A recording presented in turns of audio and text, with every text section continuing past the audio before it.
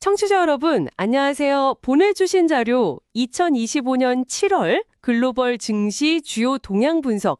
이걸 보면서 이번 주 정말 정신 없겠구나 싶더라고요.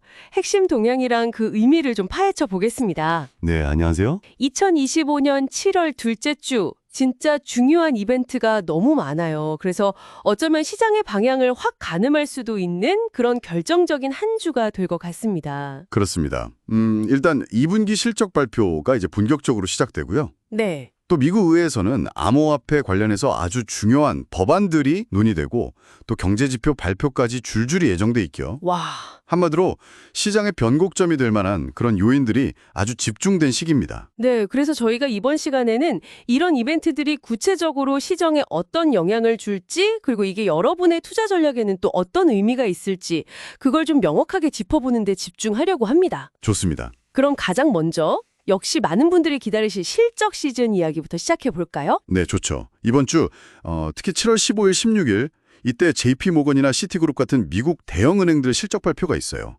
은행주들? 네, 이게 단순히 숫자만 보는 게 아니라 그 상반기 시장을 이끌었던 금융섹터가 이 금리 변화 속에서도 괜찮은지, 특히 그 순이자 마진 관리를 어떻게 하고 있는지 이걸 보여주는 중요한 지표가 될 겁니다. 그렇군요. 예를 들어서 JP모건 EPS, 주당 순이익이죠? 이게 컨센서스가 한 4.48달러 정도로 예상되는데 이 기대치를 만족시키느냐, 이게 관건이에요. 네, 은행주 실적도 물론 중요하지만 기술주 역시 빼놓을 수 없잖아요.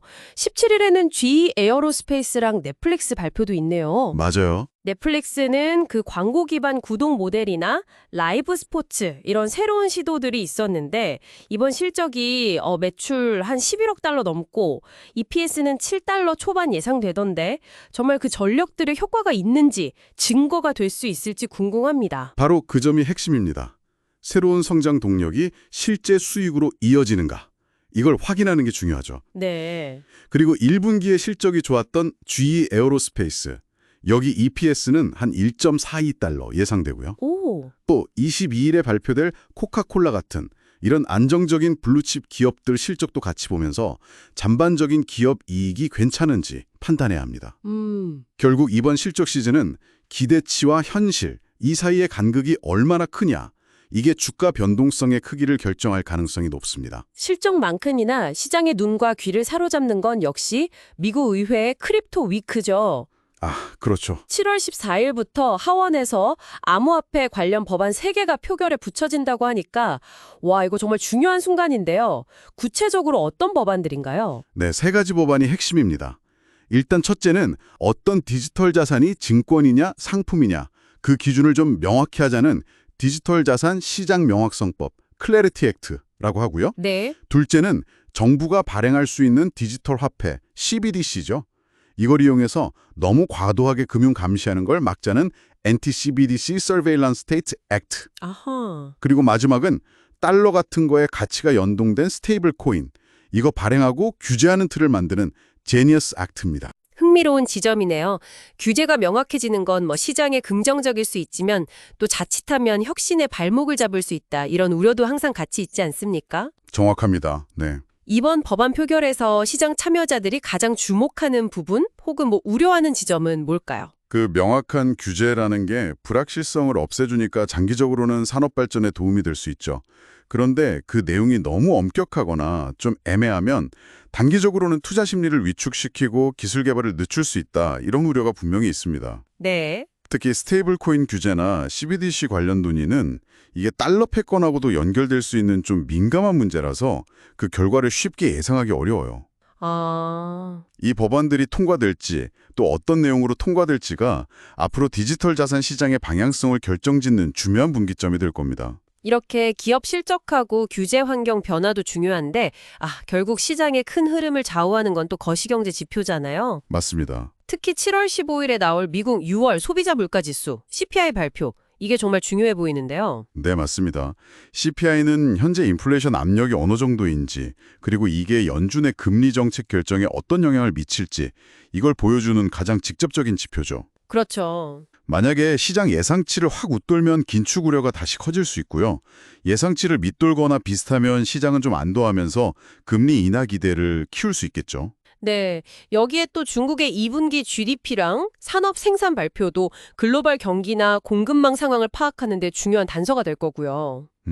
지난주에 주요 지수가 약간 하락하면서 숨고르기를 했는데 이것도 이런 핵심 이벤트들을 앞둔 경계 심리가 작용한 결과다. 이렇게 볼 수 있습니다. 종합해보면 이번 주는 기업들의 성적표가 공개되고 디지털 자산 규제 외 큰 틀이 마련될 수도 있고 또 거시 경제 방향성으로 결정할 지표까지 발표되니까 와, 정말 여러 변수가 한꺼번에 쏟아지면서 시장 변동성이 커질 수밖에 없는 환경이네요. 그렇습니다.